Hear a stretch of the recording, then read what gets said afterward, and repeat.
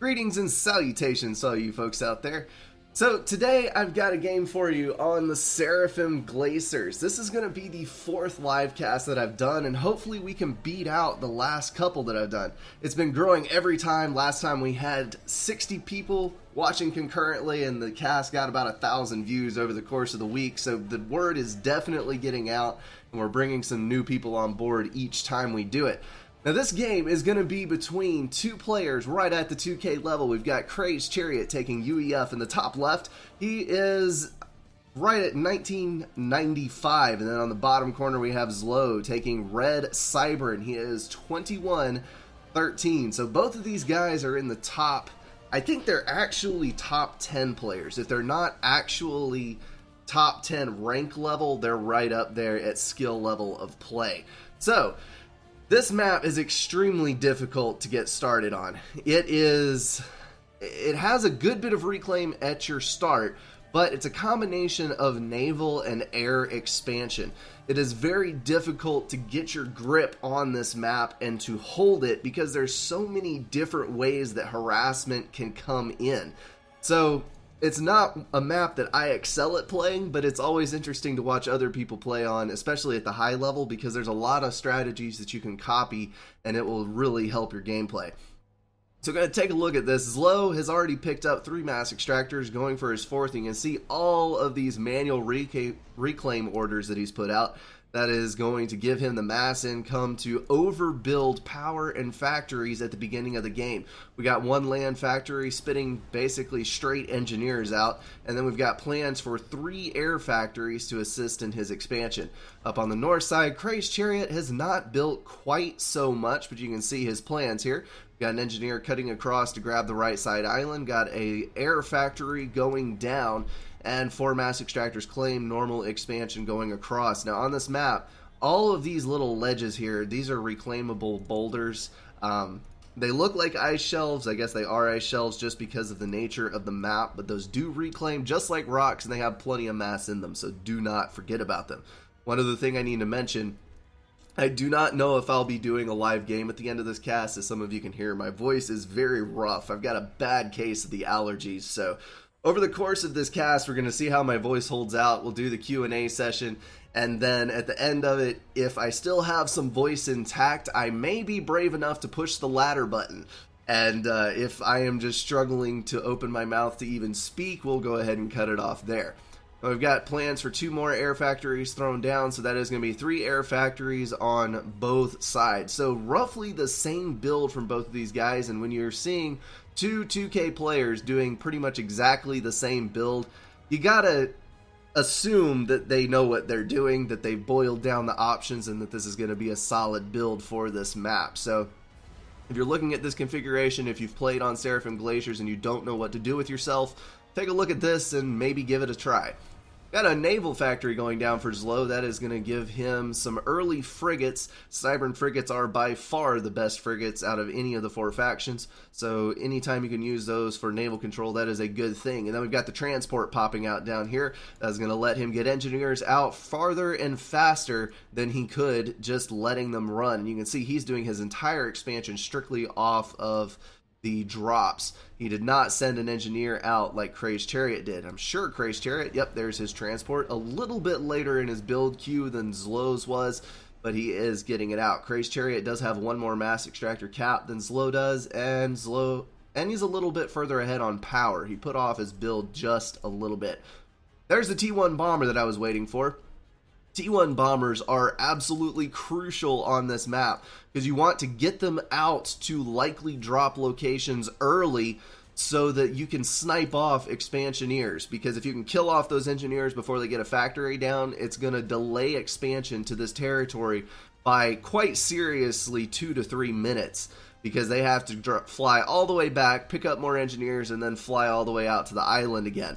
So right here, we've got this transport, just barely made the drop, sitting on 50 health. Transport's going to go down, but there are 2 engineers on the ground, laying down a land factory, no bomber in sight from Crazed Chariot, so Zlo is going to get this island no contest. He's got 2 land factories down. It's going to let him build up over there. Then on this side, we've got Crazed Chariot coming in. He is going to get his drop in just a little bit later, but he's going to drop on the nose of the island so that he can get his units built up where Zlo doesn't have easy access. If you start in the back, the other player can drop at the front of the island, and then you're going to have a land war to contest the island. And typically that is a resource sap, and it just goes a lot better overall if you can lock down the nose and then expand backwards. Excuse me.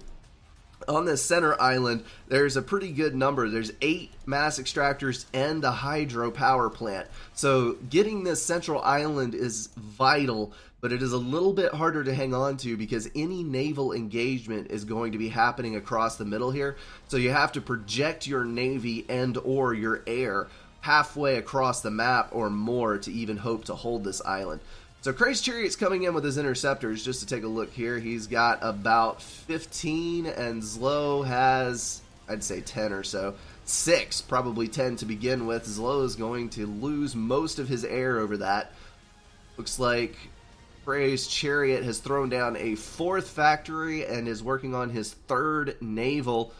We've got 2 factories, one of them heavily assisted for Zlo down here, and 4 air factories as well. Crazed Chariot's a little bit behind on the mass now. Zlo, because of his 2 factories and getting his engineers spread out more quickly, he is picking up mass extractor points more quickly than Crazed Chariot is. So a little bit of an advantage to him, but Crazed is far ahead on the power, and that's what's letting him turn out this extra air. The more power you have access to, the more air you can turn out. Zlo doing a pretty good job of balancing his right there. And Crazed Chariot is actually pretty mass stalled at the moment. He is picking up some reclaim, and that's helping his numbers out a little bit, but he has overproduced power a little bit, I would say. And transport into the interceptor is going to drop his engineer off right before he dies. That engineer did take a couple of hits, but it is going to live, so that is a good thing. Looks like his buddy's coming up from the rear as well, throwing down a sonar to try to get some vision in the sea. All right, we've got a Jester out too. Goodness, so much air, but air is a vital part of especially this map, so you can kind of expect that. Got a total of 5 frigates out. One of them is across the ocean, kind of harassing this island, popping those mass extractors off, trying to kill a couple engineers. We've got an answering frigate over here, and that is probably going to win because of the blocked fire right here if he turns around and comes back. Got a transport dropping. That's going to be a tank and 2 engineers going to drop further towards this end of the island. Got to get that tank down here and kill that engineer before that factory comes online, or that is going to end badly. There it goes. I think Crazed is going to lock this island down. Again, dropping kind of towards the front of the island. It does expose you a little bit more to air incoming from this side, but that is a good thing because you're more likely to be able to block your opponent's drops if you're on the nose of the island. And that engineer, that is a second engineer. Frigate was able to, nope, there's the tank right there. Tank needs to come down. That is the engineer that was building this sonar over here. Looks like Crazed is still in control of the air. Zlo is building up a little bit. He's popping out another bomber, and he's got another transport headed to this island. But overall, Crazed is playing a much stronger air game. You can see Zlo is focusing a little bit harder on the Navy, which is not necessarily a bad thing because Cybern frigates have awesome anti-air. It is not to be underestimated. And so you can live with a few less interceptors when you have a good amount of Cybern frigates. Frigates are going to park right up here, and not quite enough reach to actually kill off any of these units. We're going to have to watch fire from these Lobos. Do not want to lose any frigates, and that Lobo is going to kill that land factory pretty easily. So, we have a slight, and I do mean slight, map control advantage to Crazed Chariot because he was able to get into the mid right here, but because of the naval situation where Zlo has more in the water than Crazed Chariot does, Crazed is not going to be able to fully take advantage of this island as far as teching any mexes or getting any serious production up there because he's going to be locked in by frigates from all sides. Not even going to be able to cap these 2 mass extractors over here. On the left, more frigate harassment. Getting frigates underneath these interceptors. Bomber coming in, just barely going to get the bomb off. and Crash Course for that land factory. Harassment is key, as we've discussed many times before. Even if you don't do a lot of damage, anytime you can provoke a reaction from your enemy, that means that you're robbing them of the APM that they were directing towards their actual plans. 4 frigates versus 5 there. See how quickly that anti-air drops those interceptors down. I think we're only talking barely the double digits of anti-air damage for frigates. It's 30 maybe for frigates, Cybern frigates, I cannot recall. Right off the top of my head. It's the accumulated anti-air that's so brutal for Cybern, because they do have several more DPS than, say, the UEF frigates. So once you have 50 frigates in one spot, they're actually doing a cruiser's worth of damage to the air around it. 5 or 6 frigates can actually drop a T2 Torp bomber. Alright, T1 bomber coming in. We had a Mantis drop here. That is actually going to eradicate that land factory. There was only a couple engineers alive over here, not really anything in the way of defenses. Zlo is going to snag that island. No engineers there as of yet. He's not going to be able to build anything, but he is going to rob those resources away from Crazed Chariot. You can see Zlo sitting on a slight, and I do mean slight, mass advantage. 103 to 85, not even a 20 per tick advantage. But Crazed Chariot has made the move to T2 air. We've got Stingers out and about. Those are going to be able to harass all these different areas, because as far as I know, there are no T2 land factories anywhere for Zlo, which means he has not got access to mobile flak. That's going to make harassment from T2 gunships a serious problem. Not going to want to wing the Stingers over frigates, because again, they're going to take a bit of a pounding from the anti-air damage, but they are going to be able to project pretty well as the map sits right now. Honestly, at this point in the game, it would not be a terrible idea to move to a T2 land factory just so you can get a support factory on your main expansions and get the mobile flak and T2 engineers out there without having to drop them in. And here comes a Mantis drop. T2 transports coming in. Zlo is at T2 air as well, but so far he's only built transports. He's sticking with the interceptors, which is a good thing to do, because interceptors rule the air until T3 stage. Neither of these guys is Aeon, so no need to worry about any swift wins. Gunship's going to come in, no problemo, knock those things out, no big deal. T2 Torp bombers moving up though. That's going to expand on Zlo's navy. Right now, it looks like these two guys are sitting on roughly an equal number of frigates. We've got 31 frigates under Zlo and 27 for Crazed. So Zlo is sitting on a very, very slight naval advantage. But considering the amount of gunships and the air control that Crazed Chariot has, he just keeps building up his stock of interceptors. I think Crazed maybe has a slight upper hand at this point. We're going to see a little bit of an expansion, I think. We've got a destroyer out here, the Salem class, moving forward, eating these frigates alive. That is the job of the destroyer. And some T2 Torp bombers moving in to assist as well. The Stingers are going to head directly for the mainland. Nope. Hanging a right just a little bit, trying to get around this group of frigates most likely. And Zlo has seized air control. If you noticed, a lot of the interceptors that Crazed Chariot had were out of fuel. So the numbers were a bit deceptive. I do admit I miscalculated that one. Ouchie wawas. T2 power going down. Hitting power first is the primary target. That is one thing you'll see as a common thread in these level of games. You'll have a whole swarm of T2 gunships, and instead of attacking factories and mass extractor points and all that other stuff, power is the first target. Because if you can knock out the power, that actually eliminates the entirety of the production of your enemy, because you can't make mass, you can't build units, you can't even rebuild your power without power. If you kill mass extractor points, you can reclaim mass to get your mass extractors back online. It is not that big of a deal, but replacing power is a huge, huge problem. You can see Zlo is already distributing his power grid. He's got T1 power going down in his expansion. He's got T1 power going down even on his smaller islands, trying to get his numbers back up above 1K. Zlo took that hit. You can see he's holding the same amount of mass extractors. He lost one mass extractor, and he dipped from 100 and something mass income to 83 because of his power stall. He's slowly getting back up to 1.1k, but look at the hit his map control took. A lot of units having to be pulled back. He's having to scale back into a defensive posture because his production basically stopped there for just a minute. T1 power going up as quickly as he can possibly get it.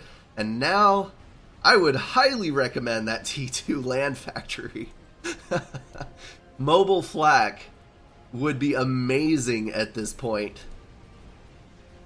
But thankfully, that's not going to happen very quickly again. Zlo does have a good amount of interceptors left over from that initial engagement, but Crazed Chariot has shifted back to full interceptor production. You can see even his T2 factory right here building interceptors, trying to get control of the skies again. He's going to go directly for these T2 transports, trying to knock those out before they can pull a drop. That's going to be successful.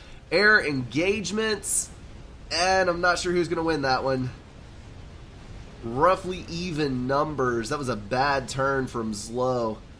I think Crazed Chariot is going to win that by the hair of his chinny chin chin. And yeah. So he's got some more interceptors sitting back at base. That's going to give air control back over to Crazed Chariot, who has just picked up the resource allocation upgrade. That is something that you definitely want to pick up when you're in a large map situation like this. You don't want an aggressive posture with your ACU. You're going to want to get your end game upgrades, which is going to be, your teleport, your commander shield to protect it from snipe attempts, and your resource allocation if you can pick up that and a shield. So resource allocation is also going to protect you from power snipes like we just saw Zlo go through. If you have your resource allocation upgrade completed, that's going to drop basically 3k power income onto your ACU, which is going to last you for the rest of the game. If you lose your ACU, losing the 3k power is not a big deal because you lost the game anyway. Huge throng of interceptors accompanying these stingers. One thing that I'm not seeing being used, cool ability that the stingers have, for those of you who don't know, stingers actually have a docking clamp under their tail. You can just barely see those two little arms right there in the middle of the gunship. They can pick up a single T1 or T2 unit. They can carry flak with them or tanks and drop them on location. It makes them a pretty brutal drop force because you can carry half flak, half tanks. If you make it to landfall, you can drop the tanks and flak, and those actually protect the gunships as they're pretty much an overwatch for the land units. You can cause a lot of havoc that way. We got cruisers coming out. Zlo projecting his navy once again, and you can see there is a noticeable difference in the size of the navies now. Zlo has doubled down on his naval production. He's got Salems out here. Those are wrecking these mass extractors. Crazed Chariot has a higher income than Zlo at the moment, mainly because he has a higher tech level in his own base than Zlo does. But Zlo is ramping up once again, closing the gap rapidly. And this navy is probably going to cause major issues for Crazed in the very near future. Air engagement on the southern side, trying to knock out that cruiser, losing a lot of gunships, but he is going to succeed. That means those gunships are going to move towards the southern end. Here comes another cruiser. Cybran cruisers are very good at knocking down gunships. They're not that great versus T3 torp bombers or air in general because they deal massive overkill to fast-moving targets. But something slow, tongue-tied. Something slow like a gunship where the cruiser can close range and really start dealing that damage. Cybran cruisers have very high DPS. So they do a very good job of knocking down gunships. Finally getting this naval engagement, you can see what I was talking about with groups of frigates and T2 torp bombers knocking out those torp bombers after just a pass or two. I think that was only one pass from this side, and they got knocked down. Not a single cruiser in this group, only Salems and frigates, and yet they are doing a good job of protecting from air. Got T2 torp bombers moving in, and broadswords coming down. This is something you don't see every day. Broadswords need a little love from players. They kind of get forgotten about, I think, in favor of strat bombers. The high health numbers on these make them extremely tanky versus the naval units, and also they have really high movement speed. They fly faster than restorers, I believe they're either as fast or maybe a tick or two faster than T2 gunships. They're good at closing on targets, and that 6k health, you can see they just keep sitting there and eating it. They're pushing about 300 DPS apiece, and that lets them just chew through naval units very quickly. I don't think there was a single broadsword lost in that engagement. Killed several frigates, drove the naval force away from the landmass, which is what he wants to do at the moment. He's still on par with Eco. He's losing land control quickly, but he's still in the game. Broadsword's moving to the north, going to kill this off. I think he's out of the naval game at this point. There are not enough factories left in the water to challenge this huge navy that Zlo is accumulating, but he has such a firm grip on air control. This is basically a navy versus air fight. It's what it's going to boil down to, and Crazed is going to need to move quickly on this, because eventually air will lose to navy mass for mass unless you're Aeon and you can push those T3 torpedo bombers, because those will kill more than their mass equivalent in naval units, but they're one of the few air units that can. You're curious about the numbers on that. That is because a Solus costs 2/3 as much as a cruiser and kills a cruiser in one pass. So even if each Solus only makes one pass at Navy before it dies, it is mass effective at killing off the cruisers in the Navy. And once the cruisers are dead, the Soluses have a higher flight speed, so they do much better versus the anti-air of frigates and destroyers than T2 and T3 gunships do. So once you kill off the cruisers, the Soluses can basically kill the entire Navy at will. Alright, gunships finally making a move. It was a little bit of a fail there, projecting all of the T2 gunships without air cover. Even though Zlo only has a handful of interceptors, that's going to lose him quite a few T2 gunships. Well, not quite a few. 3 or 4. But you want to protect all that you can. I'm going to make a move on this island down here. Looking at the rest of the map, Zlo has secured the second large landmass over here. So Zlo is sitting on about 75% map control. So it's down to whether or not this air can make a difference to end this game. And it is not looking too terribly good for Zlo at the moment. There are so many T3 gunships here, but they need to get off the ground and start moving. Right now they're just tanking damage, and we have a T2 factory.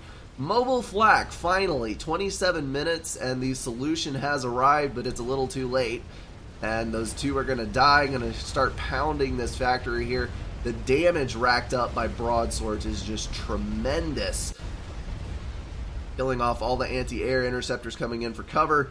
And that is going to be the end of this expansion, I think.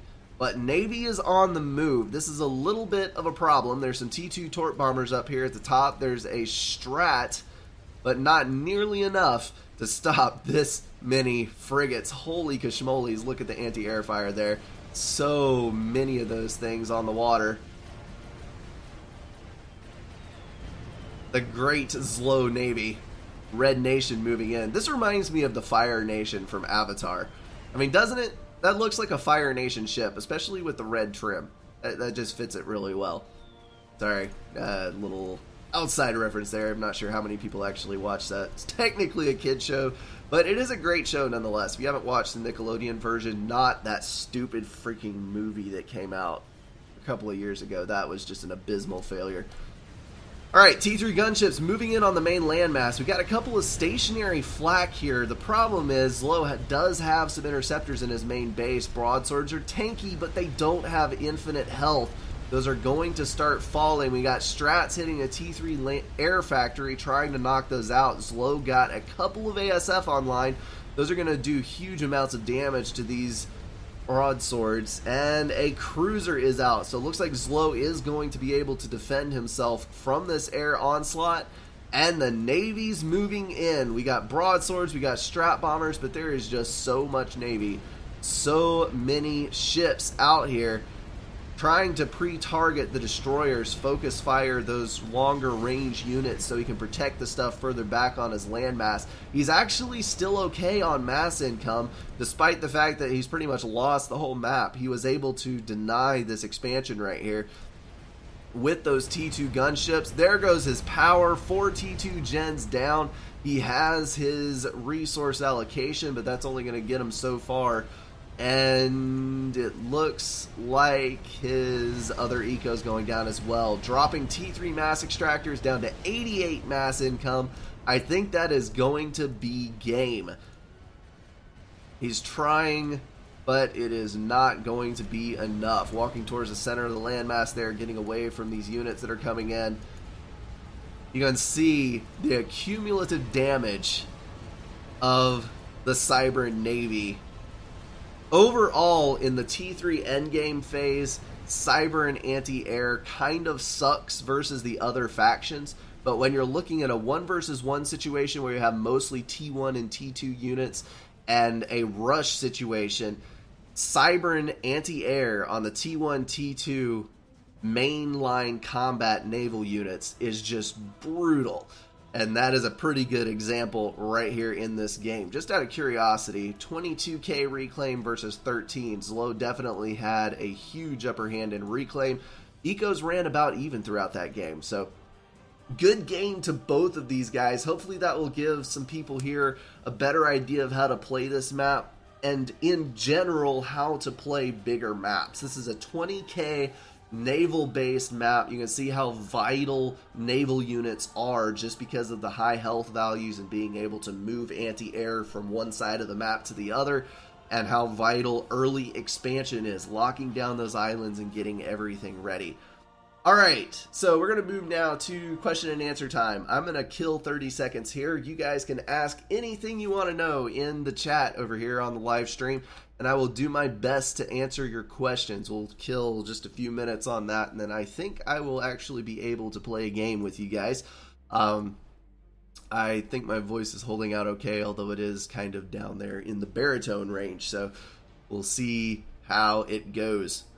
Scroll up through the chat here for just a second here. Oh man. Yes, many time zones in this. People wishing someone afternoon, evening, and morning in one shot. Get it all covered.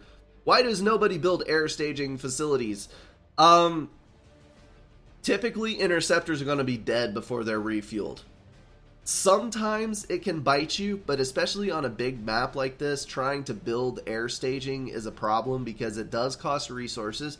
You have to build it out in your expansions, and you lose the DPS of having your interceptors on site when they're back at home refueling. And at the T1 stage, individual interceptors are so cheap that it's easier just to build huge swarms of them and throw them at people. At T3, sometimes air staging does do you a lot of good to keep your ASF refueled and in repair, but as far as the T1 and T2 phase of air goes, air staging is kind of worthless. In my personal opinion, people might disagree with that, but that's what I think. Alright.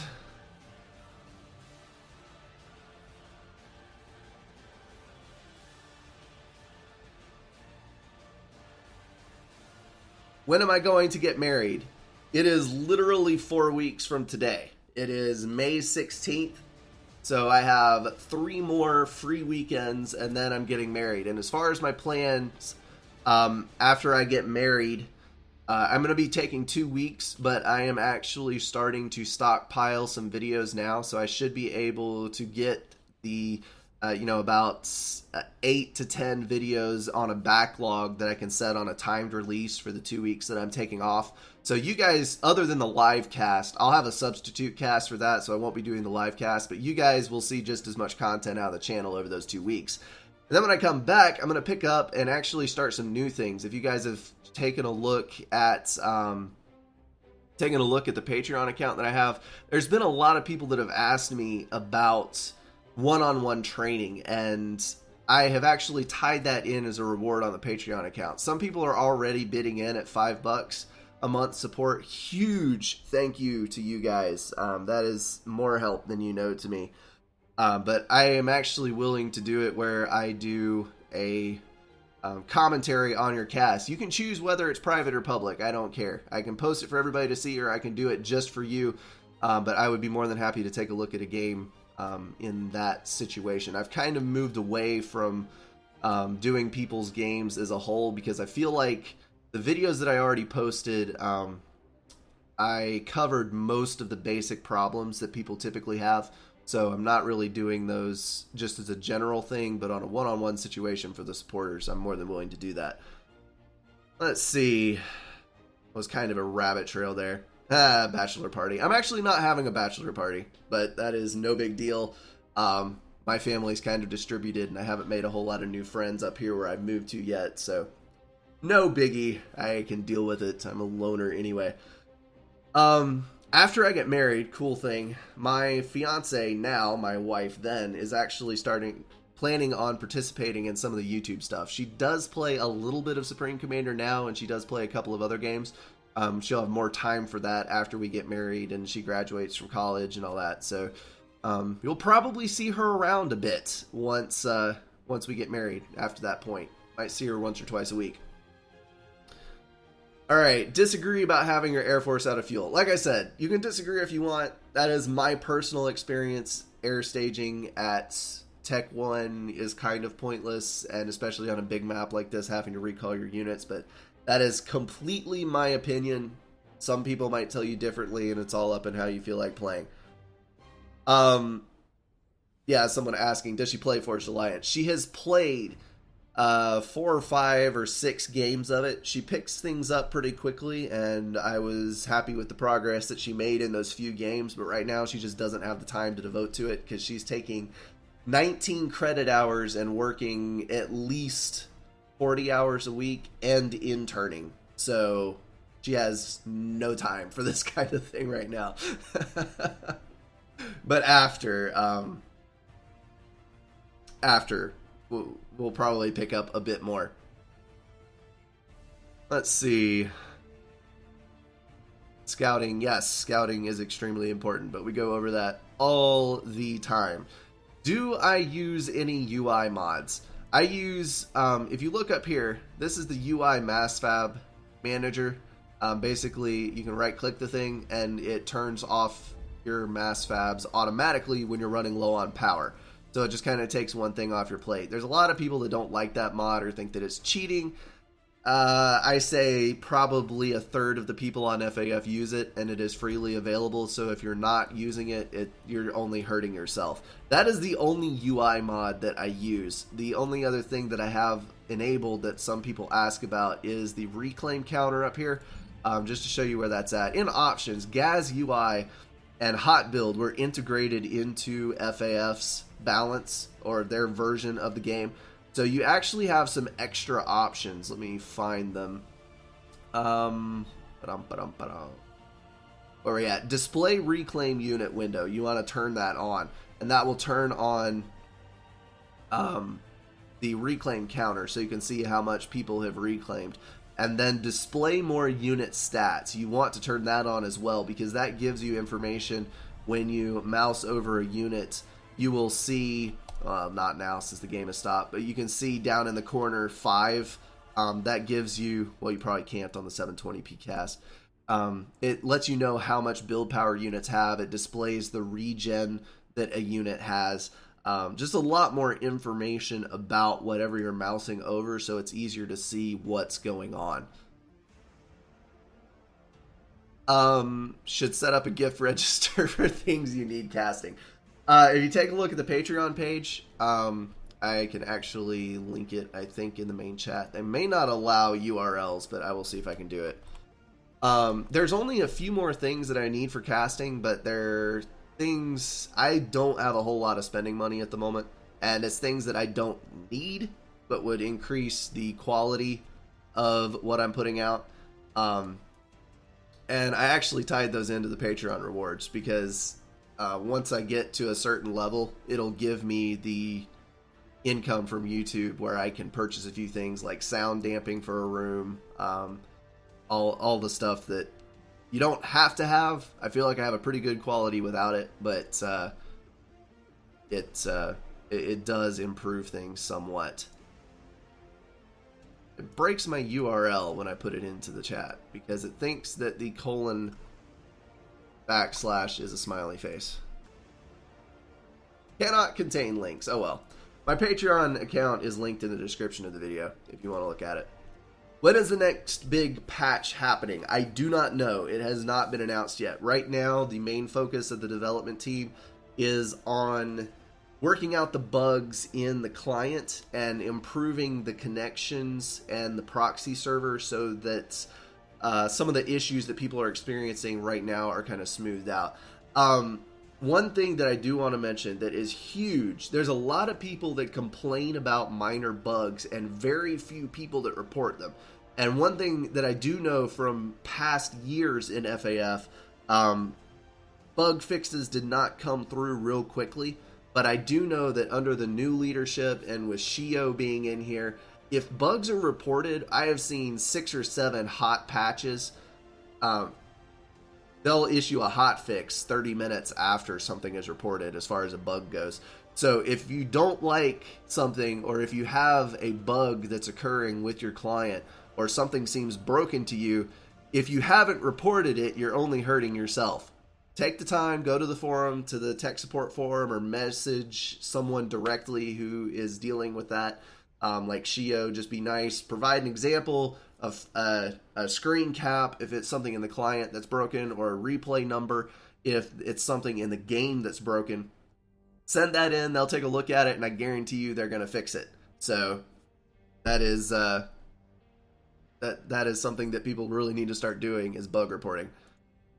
All right, yeah, big congrats to Shio. Yes, Shio is doing a phenomenal job. I cannot stress that enough. The guy is amazing as far as cleaning up all of the stuff. I know that when big cosmetic patches are pushed through, there's things that break. That is always the case. There's always going to be problems, but he has done a phenomenal job of hot fixing and getting everything back up and running, and also focusing the group of coders that we have working on FAF. He's actually got a pretty good amount of people helping him out, and it is going pretty well. The client is coming along very nicely. Yes, there will be 16-player games in the future, which actually should be playable when the new connection protocols come online. They're working on a method of locking people's... I'm not sure exactly how to explain it, but basically making you able to rejoin a game even if you go through a complete and total network disconnect, and your IP address changes and all that.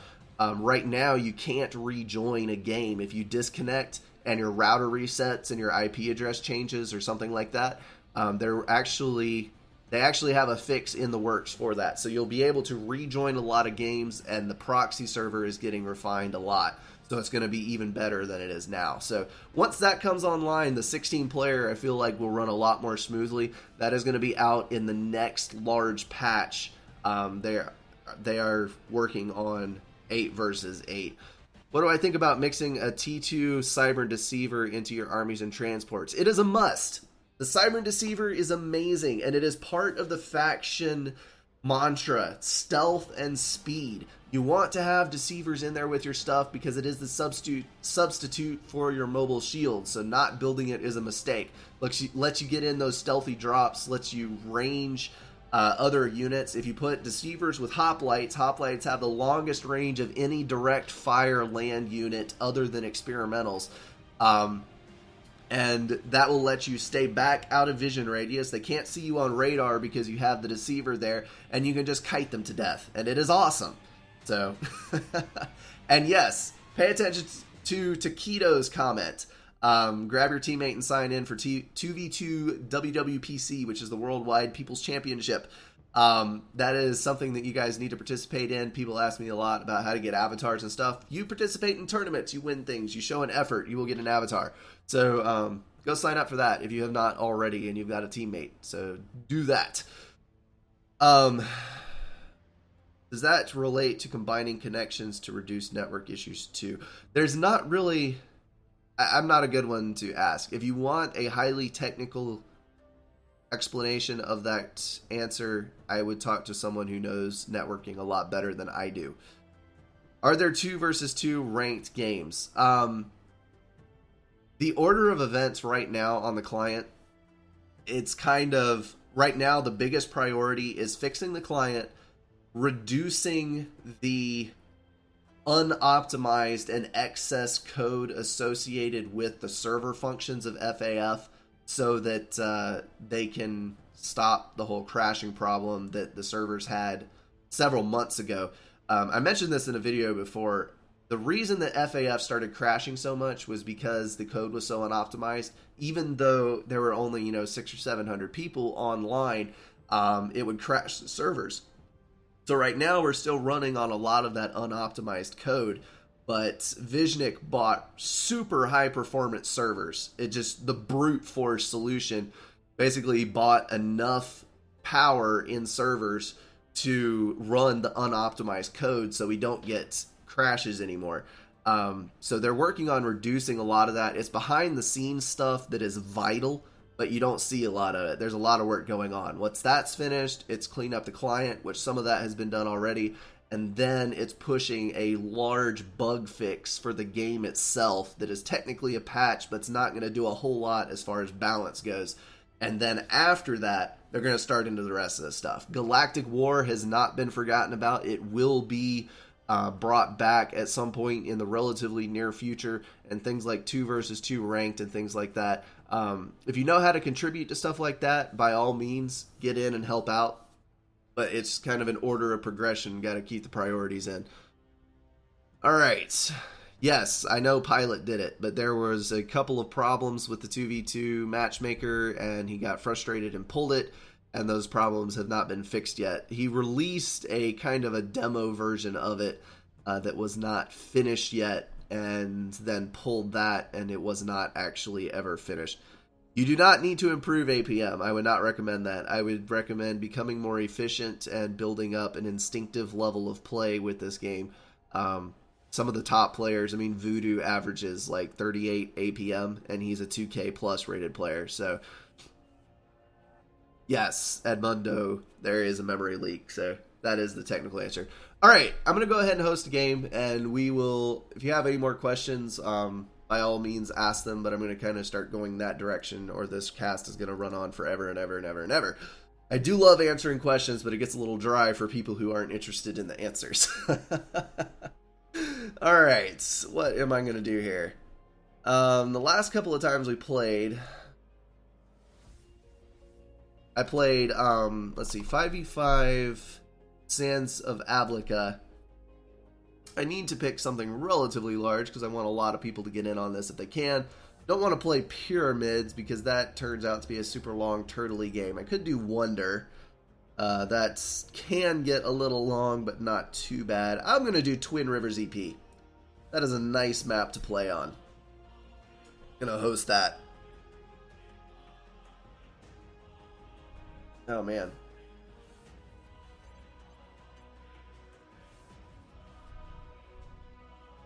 Let me straighten out my options here. I was sandboxing last time. I find myself doing a lot of sandboxing recently, what with the tutorial videos and with testing some things out to answer questions that some of you guys have. Alright, we're going to do fixed spawn. We're going to do left versus right, I think. And no sharing unit cap. Fog of War. Assassination.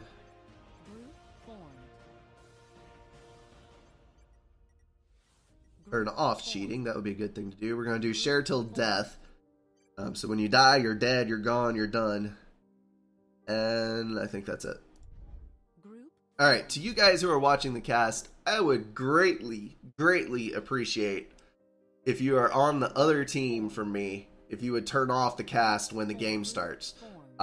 You can actually come back once this video posts and watch it from my perspective if you want to hear my commentary and what I'm saying.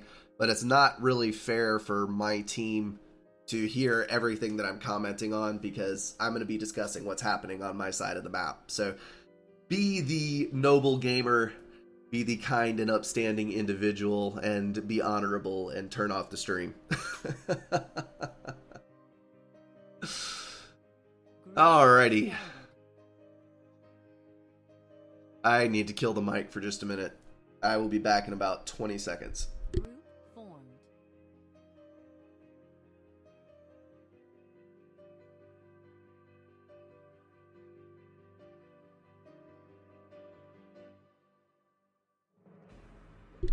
I absolutely hate allergies. I just moved to South Carolina. Well, I say just. This is my first spring in South Carolina. And the pollen levels here are absolutely ridiculous. I've never had allergies before, and they are terrible. Okay, so looking at this, we got 73% balance. Let's see, we got 500 versus 1400 on air. That's not good. Balancing is a pain sometimes.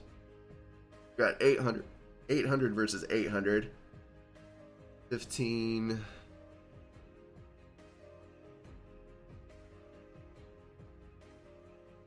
900, 900, 800. I have a good match versus Michelio. He's probably going to kill me, but that's okay. And an 1100. So the only severely unbalanced part that we have here, I think I'm going to swap this 1100 for our air player. That is dark blue, which is going to be slot 9, I think. Yes.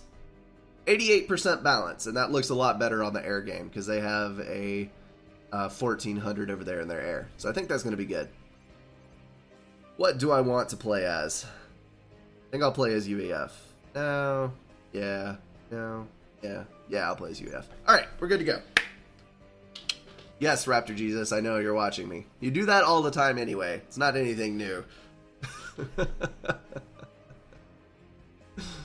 Oh, man.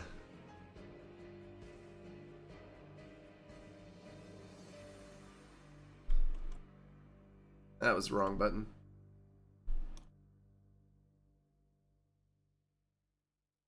Do do do do do. Mana mana. Do do do. Mana mana.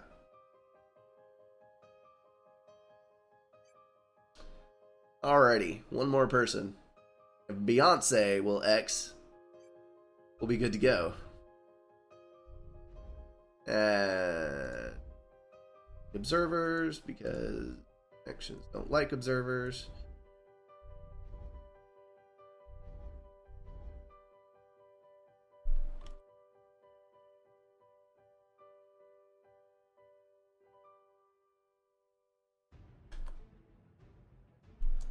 Ah, found a nice person who actually left. Alright, launching! Maybe we won't have connection issues. Oh crap, I forgot to reset the stream. Come on, mouse, come back. Let me queue up my first factory, and I've got to turn down the bitrate on my stream a little bit, otherwise I'm going to lag to all hell. Alright, gonna lay down a land factory. And go to OBS. Gonna restart the stream in just a second here, guys. Bump this bitrate down to about 2500.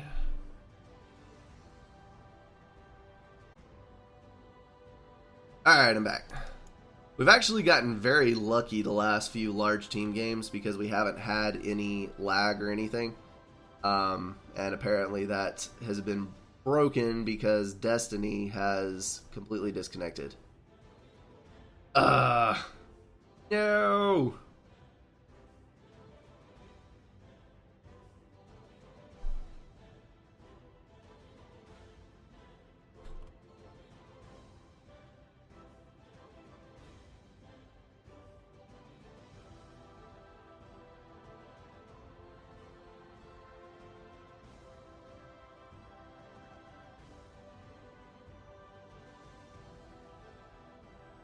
I was thinking that it was gray.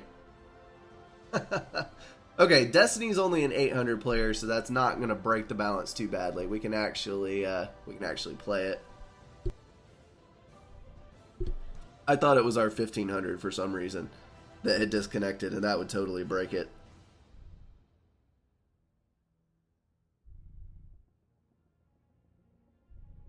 Oh, I love false starts.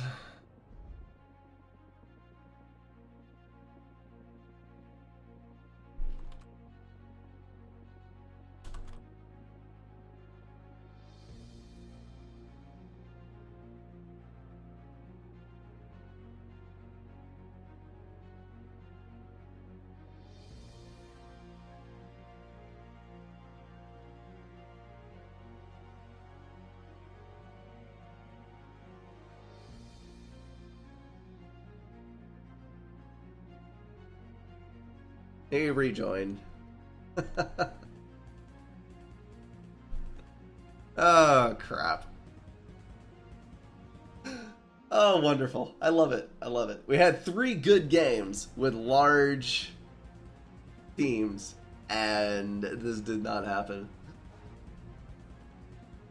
Oh, man. Well, we'll see if they play it. Alright, Land Factory first, then Mass Extractor. We're going to drop 3 power generators, I think. Yes? Yes, maybe? Yes. Alright, going to do that and another Land Factory. Going to do super hard, aggressive land build. I'm going to do an engineer to the right here. And I'm going to grab some manual reclaim up these rocks here to get the mass to support this build. Second engineer will get all these mass extractors, and then third engineer is going to run to the back to grab the rocks in the back. Hopefully I will not mass stall. I've never tried this particular build before, and I hope that it won't be an abysmal failure, but we're just going to have to find out as it goes along. Alright, moving down there. I'm going to ping up to the top, and I need to get back to the YouTube page so I can see. There we go. Alright. Grab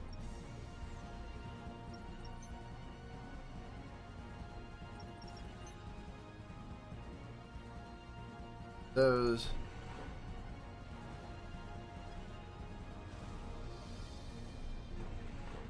The back to grab rocks, and then I need some power generators up in just a second here.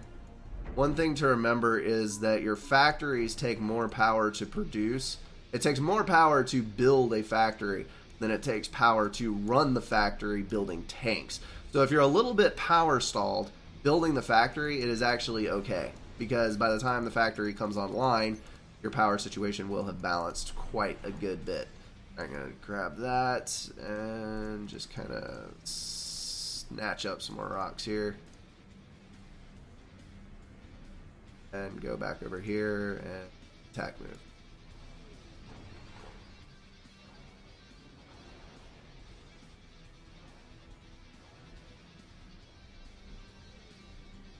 Alright, see? Relatively balanced. Going to throw up a scout and some tanks to assist me at the front. Double build on that, and engineers to the front as well. My teammate here is a 700. I'm going to leave him to grab that mass extractor, see how he does. Looks like he's off to a decent start.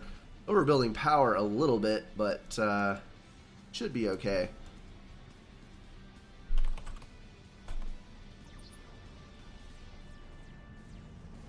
Alright, I hear gunfire. Where is our gunfire?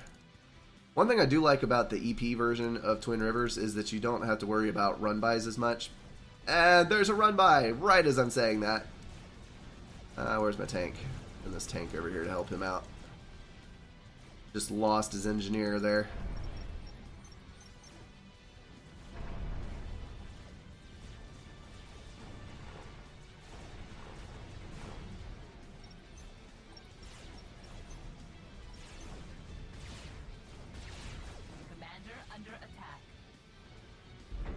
Easy peasy. Hook up these wrecks here and move up a little bit. And our air players are not grabbing the islands.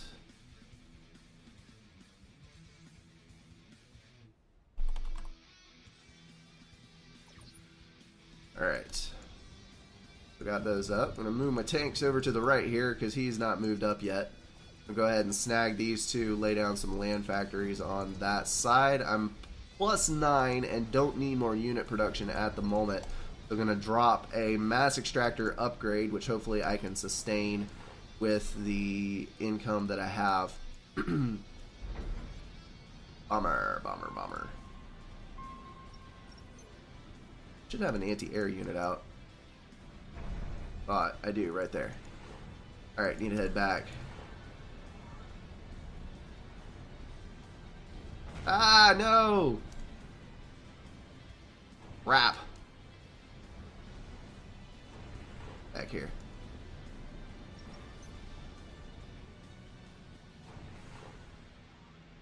Go kill that. Alrighty then.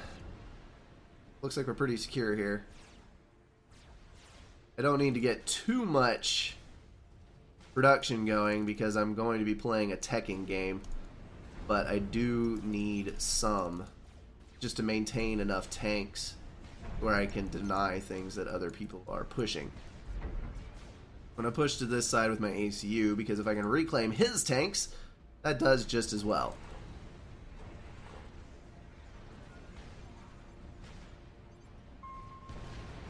Need help from the air player, please.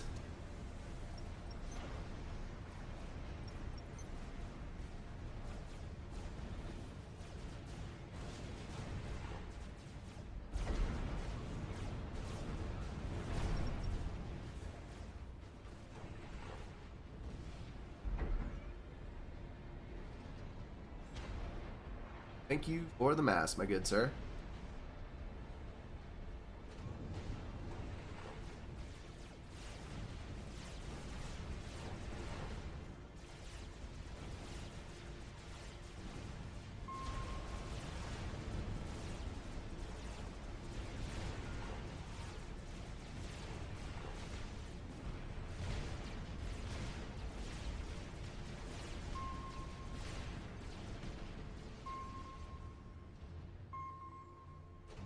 These guys are bombing my power to death, and it's not good.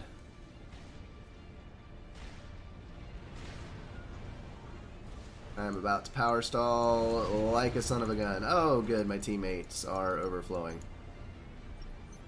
Goody, goody, goody.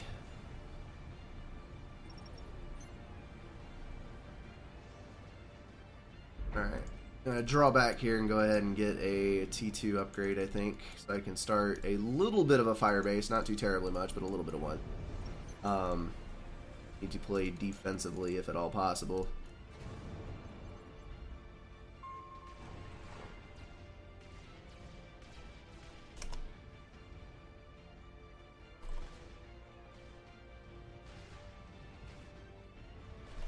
I'm about to start building my own T1 Air, I think.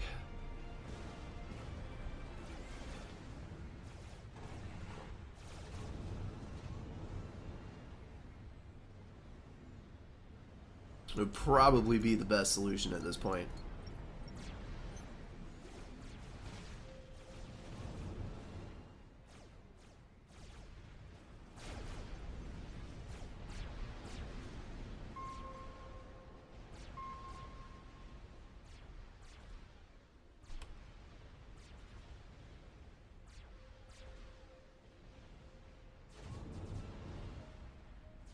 Alrighty, power's looking pretty decent at the moment.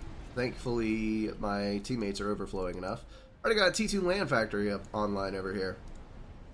Built in Ilsheva and a mobile flak, that is a good thing. And building T2 power.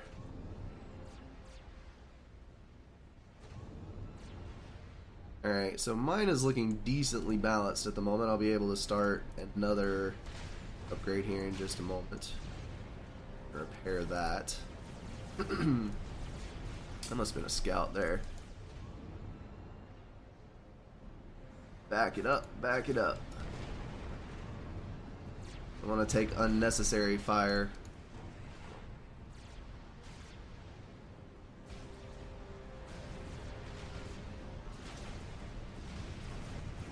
Dodge the bomber. There we go. And we're good. Yeah, I will at some point make a tutorial on how to be an air player. Because in this, when you have a small map situation, rushing to T3 doesn't work. It just doesn't. You have to build a lot of air. And we're going to lose this game, I can tell you right now, because Modka Fox has a double base up here with double eco. He's going to be able to push eco so hard, it's not even funny. And he's either going to go super, super early T3 air and strap bomb us all to death, or he is going to go for an early T4, and he'll have the eco to do it because his eco is going to far outstrip anything that anyone else has. So we're going to lose this, just straight up telling you right now. It's going to be a miracle if we don't, but we're going to try. We will try. I'm going to grab those, going to build, let's see, paying attention to terrain. I've got a hill right there. So I got to be mindful of that when I'm building my fire base, that I don't interfere with my own line of fire. So I'm going to throw down a shield and a T2 gen for myself right here, and get to work reclaiming.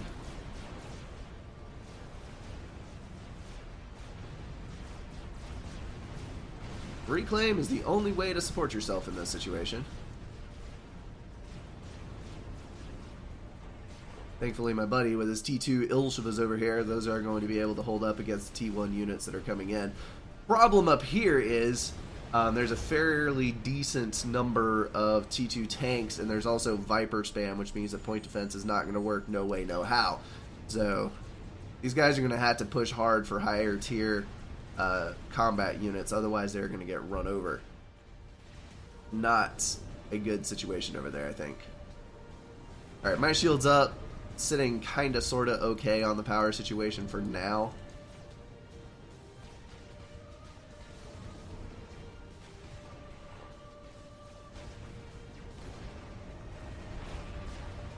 Pick these back up and start my reclaim again here. Always want to have a constant flow of T1 engineers. You notice I put this factory is on engineer, tank, anti-air, artillery, and then my other factories are on straight up tanks or tanks and scouts. Really, dude? Really? Gonna go that route.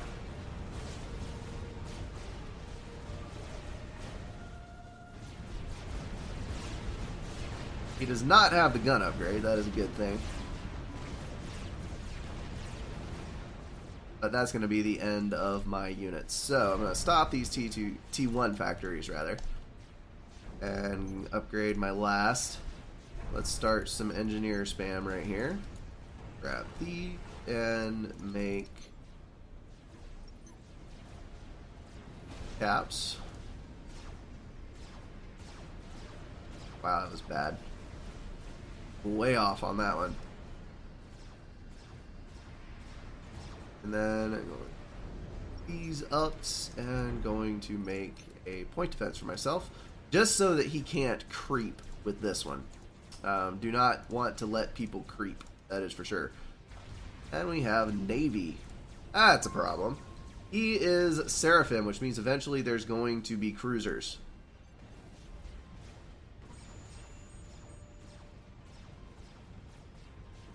Will not end well for anyone. Alright, let's see here. I got build a point defense right there. And I'll be able to kill that point defense. Need a radar first though. Let's see. Radar. Because we can't see anything over here. And point defense right there.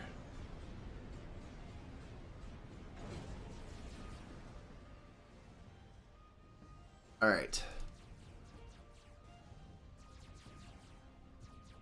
That's the real reason that Modka Fox was okay playing. A double base up there. Oh man. An upgrade over here. What is that? That is gun, I think. Yes. Probably gun.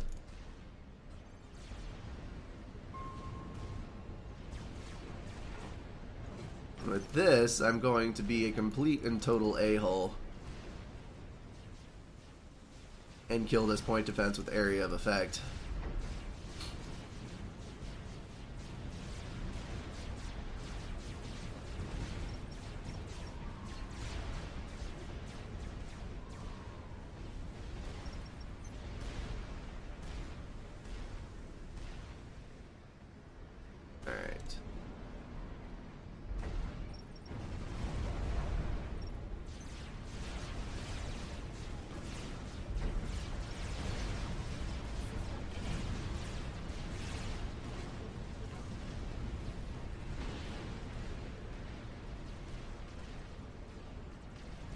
Actually, I'm going to pull this guy back. I want to have a good Engineer nearby for reclaim. Oh my goodness. Yep, he's dead. I knew it. I knew it. Death by air. Troll. Means I should probably build a flak or 3. Otherwise I'm going to meet the same fate.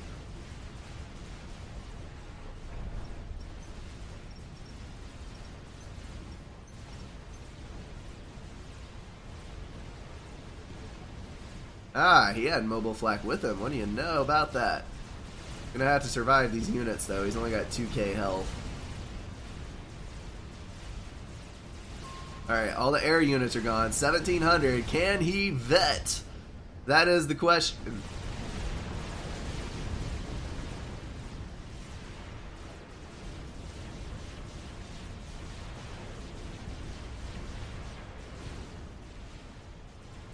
I think the answer is no. And here come the drops. Broken team game. Hopefully, at least the early part of the commentary was useful. Maybe you got a little bit of a better idea of how to start on this map. But overall, this was kind of a pointless game with that disconnect because of the double eco.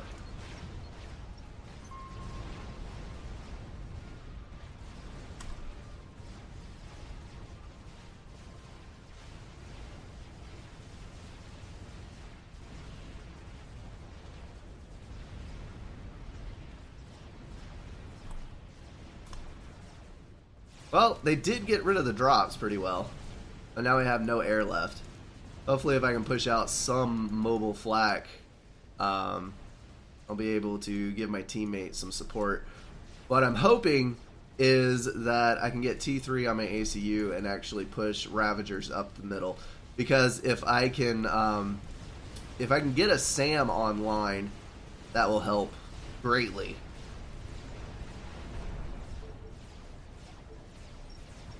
See, let's do pillar spam in this general direction. Oh, we're about to lose him too. Ugh. Not good.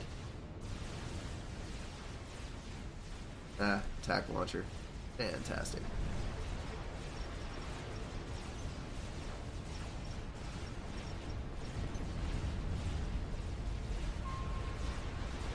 I'm about to lose all of my eco too.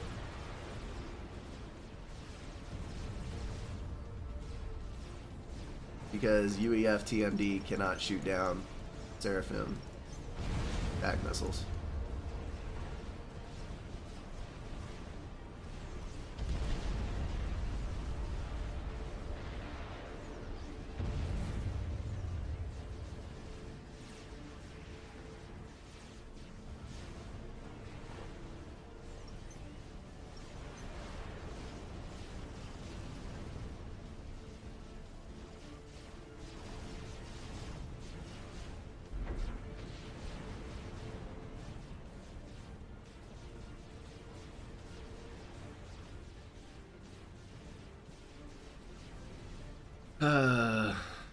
I really hate to get disappointed when there's a live cast, but games like this are extremely frustrating to play because you have a stupid instance. You have a disconnect at the beginning of the game which completely breaks how the game is going to carry on from that point. And then on top of that, you have the freaking TML, which kills off all of your eco, and now you can't build what you planned on building. It just makes for a really extremely disappointing experience. Try not to get mad about it, but it's hard not to.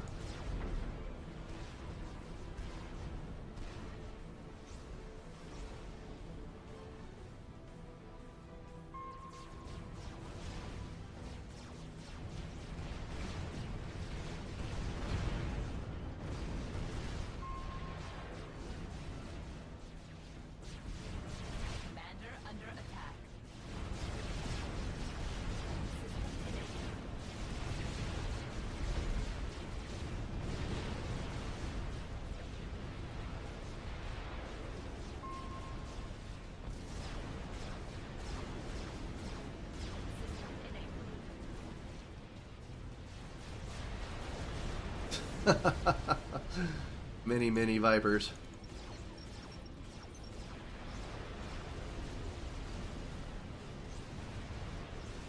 And there's the cruiser. I knew that was coming too.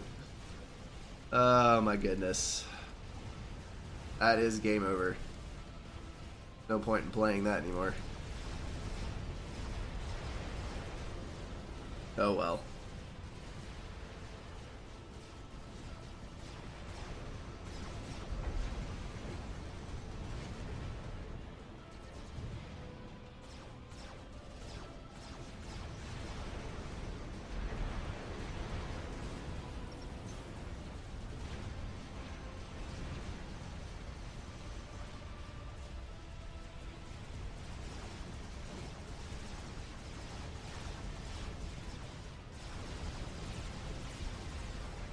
And there's the Strat Bombers.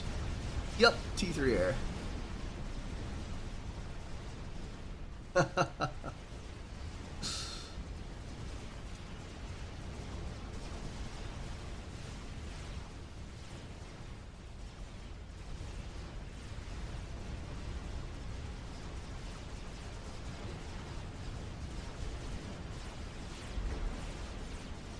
Commander under attack.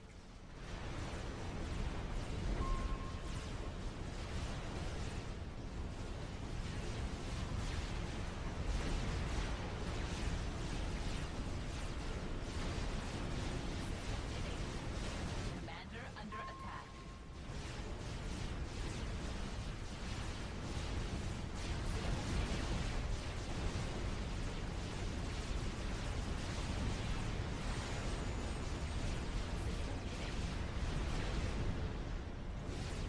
Commander under attack.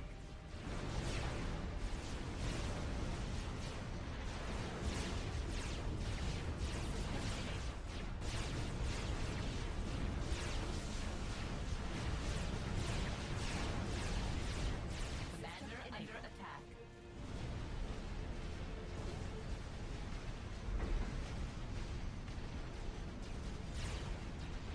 And he has the gun upgrade too.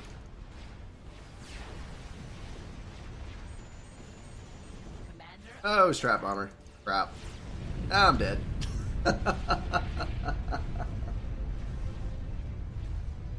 Oh, man.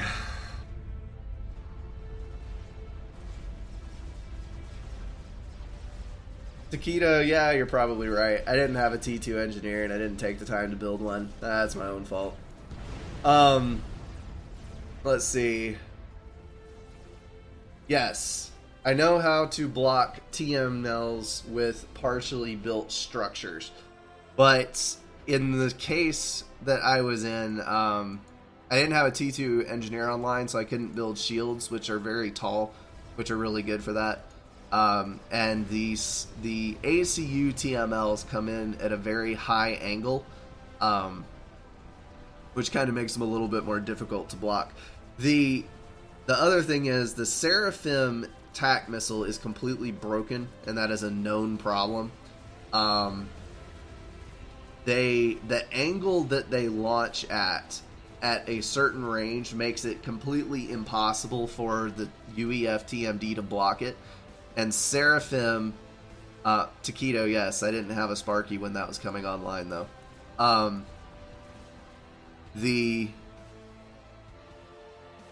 thing is just broken, completely and totally broken, and people do abuse it heavily, and it is technically possible to deny it. It's just hard to deny it. But in this kind of situation where you have two people go Seraphim TAC pack, it's just a really, really dumb situation, especially when you pile on top of that a 1400 air player versus an 11 and an 800. And no offense to these guys, Purple actually did get the bombers off my back, and he did help. I wasn't paying a whole lot of attention to what Blue was doing. But you have a fairly high-ranking air player with double eco. There is only one way for the game to end. It was not a very pleasant playing experience. Hopefully it was a good watching experience. Maybe you learned something from it. I do hope that is the main point of these things. But it was a bad game. Very bad game. So, anyway, I come from America. I am native United States citizen. I'm sorry, my brain is not functioning very well at the moment. Um, I was born and raised in Alabama. I was from Alabama and lived there for about 22 years. And then a little under a year ago, I moved to South Carolina. So I actually made a northward move to South Carolina. And so yeah, I'm here now. Let's see. Yeah, I won't criticize because if I was in that situation, I wouldn't think straight. Not only am I not thinking straight because of the game situation, seriously, my head feels like an overinflated water balloon at the moment because my sinuses are inflamed and my eyes hurt and allergies are terrible. It makes it kind of hard to think. Let's see. Do.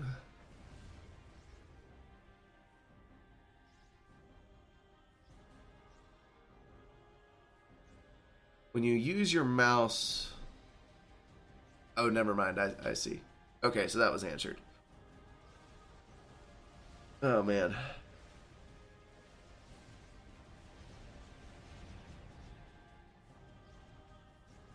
I don't think I am going to play a second game. I may outside of the live cast, but right now I'm just not up to mentally or vocally doing another live game because my voice is about to give out. I'm sure you've probably noticed over the course of this cast, my volume keeps going down on a steady level, getting quieter and quieter, and my voice is probably getting lower and lower. At any minute now, it's just going to give out. So any questions that you guys have, any further curiosities about certain units or abilities or things that you want to know about the game, there were some good questions earlier, or anything in general, me personally, YouTube, FAF client, anything like that, ask away. I'm going to be around for a few more minutes to answer any of those. I'll be headed out momentarily. There's Michelio dropping. He has got the double nano for regen. He's got the gun upgrade, and it looks like he has the T3 build suite on his commander. So that's basically an unkillable ACU that he's dropped in there to harass the air players with. He's going for the all or nothing ploy there. I do not want to play Minecraft.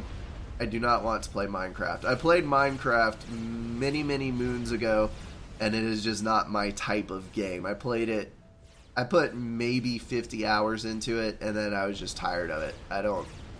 I don't have the large amount of hours of free time that is required to build awesome stuff, and the stuff that I can dabble in isn't really worth me dabbling in, so I passed on it. I'm done with Minecraft. Let's see. I was calling Modka Fox a fairly high-ranked player in relation to this game, because you can see our highest-ranked player is 1600. So, in comparison to the rest of the people here, yes, he actually is a fairly high-ranked player.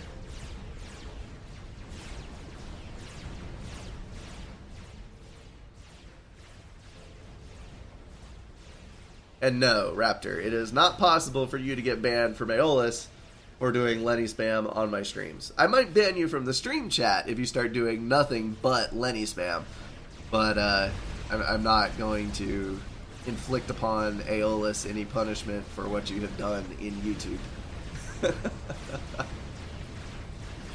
Oh, man.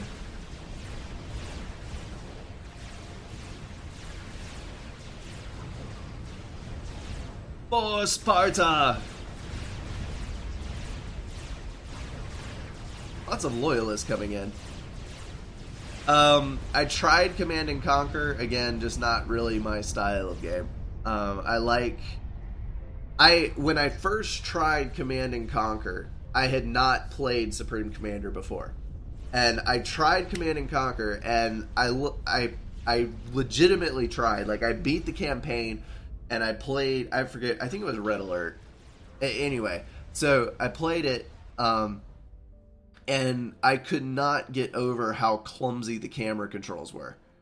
And I basically gave up completely on RTS at that point. Like, I did not... That was a good 8 or 9 years ago that I did that. And then there was probably 5 years that I just didn't even play RTSs. I didn't give them even a second thought because I assumed they would all be like Command and Conquer, and I hated Command and Conquer. And then I picked up Supreme Commander 2 on a whim for the Xbox.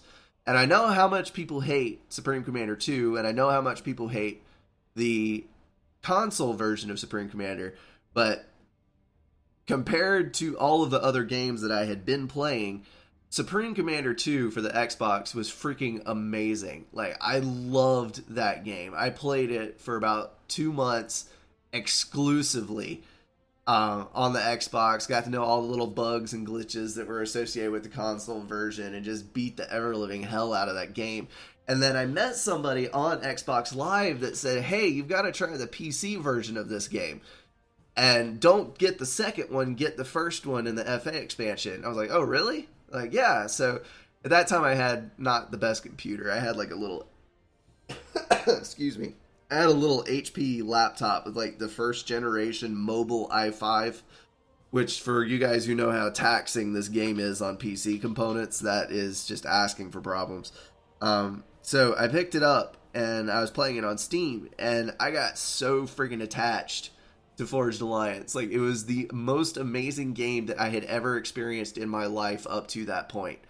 So I was playing on Steam, turned in several hundred hours over there, and I got to the point where on Steam I was winning like 85% of the games there. And I was thinking like, oh man, I'm like God mode on this game. I'm so good at it.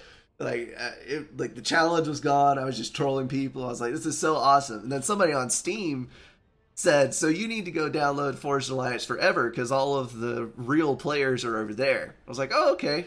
I went and got Forged Alliance Forever, thought no big deal, and got in. In my first 10 games, at game number 10, I was minus 500 rank. I was getting so thoroughly and completely destroyed that it was legitimately depressing. Like, the skill level difference between Steam and Forged Alliance Forever is ridiculous. But anyway, I got attached over here, spent 6 months, and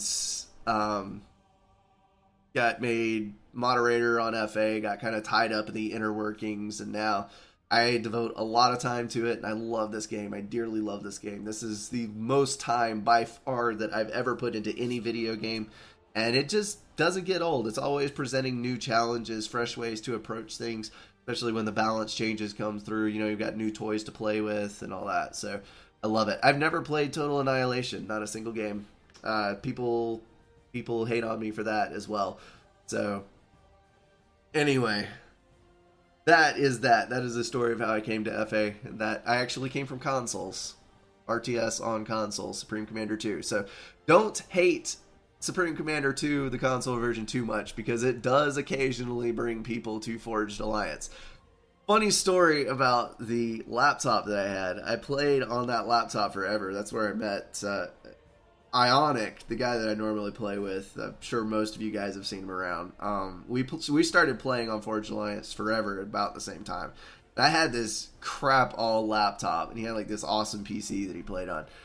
So we would get into Setton's games, and I would seriously be like -4 with that laptop, and it'd be overheating. It would be like burning a hole in the couch. And eventually the thing got so hot that it separated, like it ruined the thermal paste on the CPU, and like it started distorting things. So I had to take my laptop apart, and I seriously kept my circuit board and components in a shoebox. And I had like the fan on top of it so that it was actually still cooling. I had to remount the heatsink, and I had an external monitor that I plugged it into because the screen on my laptop broke. And then, so I played on that while I was saving money until I could get an actual gaming PC. Got an AMD with an 8120, I think, which is like the crappiest desktop CPU ever made. Bulldozer architect. No, I had Zambezi. The Zambezi AMD architecture is like seriously one of the worst performance buys that you can ever buy. It's an 8-core CPU, but it's a terrible bottlenecked, low memory bandwidth, low transistor count, horrendous CPU. But it was better than my laptop CPU. Then I upgraded to this computer that I have from that. So that is where I came from. Sins of a Solar Empire. No, sadly I have not. I have a good job, and I'm not hurting for money, like for life's necessities, but I don't have extra spending money because I'm getting married and I've got other things that I'm doing and I'm paying a truck down and all this other stuff. So like I don't have extra money lying around to just go buy video games. That's not something that I do. I would like to play more games and get involved with more things. The more games that I play, the more I find that I truly love gaming. Like the stories behind it, the experience of going through a game. I never experienced games when I was younger, and I'd never played like story-based video games and that kind of thing, where you play it for the thrill of the experience. But I find that I do love that. I just don't have when Steam sales come on, I'll drop $15 on as many games as I can get for that amount of money. But I just don't go buying up a bunch of games just to play them. So most likely, if you list off games there, I'm not going to have played any of them, really. Let's see. Just a couple more, just reading through your comments. I'm about to go, because I've been talking for too long. Let's see.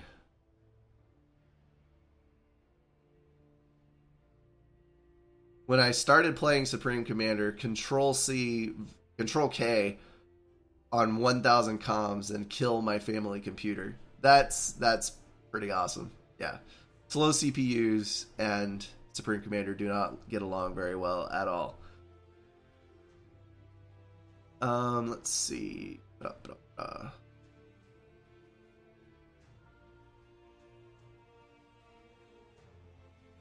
I remember when I bought Supreme Commander, I just saw the GC and I said I must have this game. Kudos to you. Supreme Commander is like, it was so far ahead of its time. If it was a game that was released nowadays at the same quality level that Supreme Commander is, I cannot imagine the hype campaign that they would be running right now. It would be ridiculous.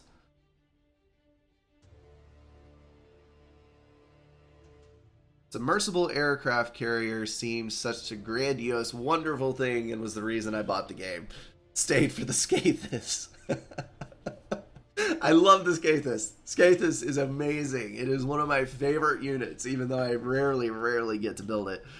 In what situation should you go for a Salvation instead of standard T3 artillery? Edmundo nailed it. Range. The Salvation is extremely expensive, but it is extremely good at hitting things very far away.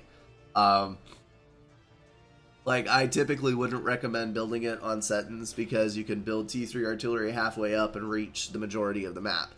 But if you're playing on a 40k map, or if you're playing from the very back corner of a high-end 20k map, or if you have a Paragon and you just want to spam Salvations, then the Salvations are a good idea. The only thing the Salvation does better than the Aeon T3 standard artillery, other than range, is shield breaking. Aeon T3 artillery, because it has low area of effect, kinda has a hard time breaking shields, especially UEF and Seraphim. Once you get 4 or 5 T3 shields up, you can completely stop a T3 Aeon artillery. It's just not very good at dropping them. So you have to have multiple T3 Aeon artillery to break large shield formations. But a Salvation, huge area of effect, rapid fire rate, tons of damage being laid down. It just obliterates, completely obliterates shield formations. Pronouncing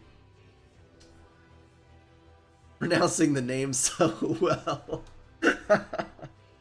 I took 3 cycles of Spanish 10 years ago in what is technically high school, and that's about it. I've been around Spanish-speaking people a lot, so I'm familiar with it. Again, I work construction, so there tends to be a lot of Hispanic workers. One of our main subcontractors is Portuguese, which is not technically South American Spanish, but you get the drift. And then also, my great-grandfather worked the railroads in Chile for 16 years. So two of my cousins, Spanish is basically their first language. And then my great grandfather, who was fortunate enough, I was fortunate enough to know him. He lived to be 96. So, or 94 maybe? No. I think it was 90, mid 90s, something like that. I remember him, and he spoke Spanish a lot, and he had a Spanish Bible that he would read to us out of and stuff. So I don't know a lot of Spanish. Like, I can't speak it, but I understand a lot of it coming in, and I'm very familiar with the accent and pronunciation and all of that. So I have a Chevy 1500 4.8 liter V8 2001 Silverado. Many stories that I could tell you about vehicles of things that me. I should start doing like a rambling session where I just ramble about stuff, because I like to discuss things or talk at people. I don't know. I have a lot of words and not a lot of places to put them. Oh man. I do not think that Siren is the best faction. I think that they're the most fun to play and they fit my play style the best. But they're not the best. So, yeah. Do I think Ashes of the Singularity will surpass the popularity of FAF? And what do I think about it so far? Well, it's hard to think anything about it so far because there's only a couple of convention videos and like one third-party trailer that's available.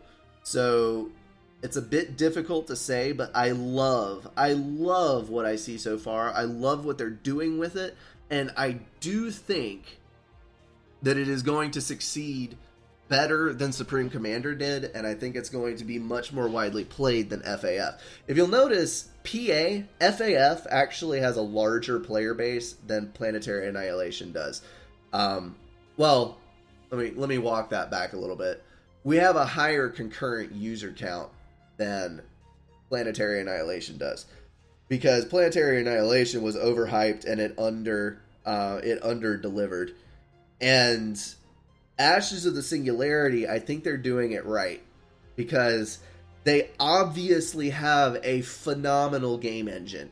At the convention, they're pushing real-time simulation of their engine working.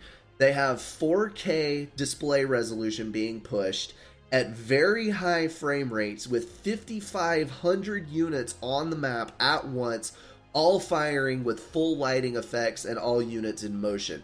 And the thing runs beautifully. So they obviously have a working product, and they have a damn good working product, but they're not overhyping it. So people are not going to know what to expect, and as long as they don't do overkill in their last couple months before they release the game, I think they're playing it perfectly right now, because one of the biggest killers of games right now is the overhype. They hype them up too much. They under-deliver on their promises at release, and then everyone hates the game, even though there may be a good game at the core of it.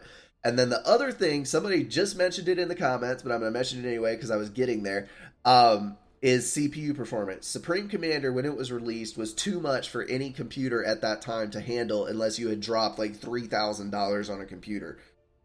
Nowadays, computers are just barely able to run Supreme Commander maxed out all the way on big maps. And the problem is it's a single thread program. And Ashes of the Singularity can run, as far as I could tell, maybe I was misunderstanding what was said, but as far as I can tell, it can run an infinite number of concurrent threads, which directly caters to modern CPUs. Everybody has a quad core now. If you don't have a quad core, you have a hyper-threaded dual core running at a high gigahertz. And then your AMD processors, anybody that's gaming on an AMD is on an 8-core processor. By the time this game comes out, AMD will have introduced their own version of hyper-threading. That's going to be coming out late, mid-2016, I think. Or maybe it's early 2017. So maybe after this game comes out. But AMD is going to be running 32 threads. Or not 32, 16 threads. 8-core processor with 2 threads apiece, or they're actually debuting a 16-core processor with 2 threads apiece, totaling 32 threads. So CPUs today are going to be much better equipped to handle Ashes of the Singularity than computers of that time were equipped to handle Supreme Commander. So it's gonna have access to a much wider player base, because anybody who wants to play it will be able to, as opposed to people who looked at Supreme Commander and said, "Oh, I want to play that so much," and then they pop the disc in and there's PC 20 minutes into a game versus artificial intelligence, their PC was running at -4, -5, or worse. I hear horror stories of people running it, grinding for days on a single game at -10. They would play like a 4-hour long game versus AI, running 90% of it at -10. Like literally setting up their move order queue and going to sleep and waking up 4 hours later to lay down new orders so that the game kept running. You hear horror stories like that. So it'll work out a lot better for Ashes of the Singularity, I think. I think it's going to be a huge game. I plan to, when the beta drops, that is one game that I do plan to buy. I'm going to buy the beta, and it is a closed game. If you'll notice, they have no content out on YouTube right now, and they are aggressively claiming anything that's leaked about the game. So they're keeping it under wraps. I probably won't be able to video anything when I get the beta. I don't know that for sure. I don't know that they're having a closed beta, but I think they are. If I can get into the beta, I'm going to play it because I want to be ready when it comes out. I want to do for Ashes of the Singularity what I'm doing for SupCom. I'm not going to drop SupCom. I'm going to maintain my video schedule for Supreme Commander, but I am going to really push hard on Ashes of the Singularity because I think it's going to be the next big RTS, better than the others by far from everything that I've seen. All right. I'm not seeing any new comments coming in, and I've been pushing this stream for an hour and a half. So I am going to cut out here. It has been an awesome time, guys. Thankfully, my voice held up all the way through that. It has been a blast, even though that game was kind of lame. Hopefully you enjoyed every bit of it. Thank you so much for watching. Make sure to check out the YouTube channel for anyone who is new to the stream. I've got a bunch of SupCom content up there. And I will see you guys for the next cast on Tuesday.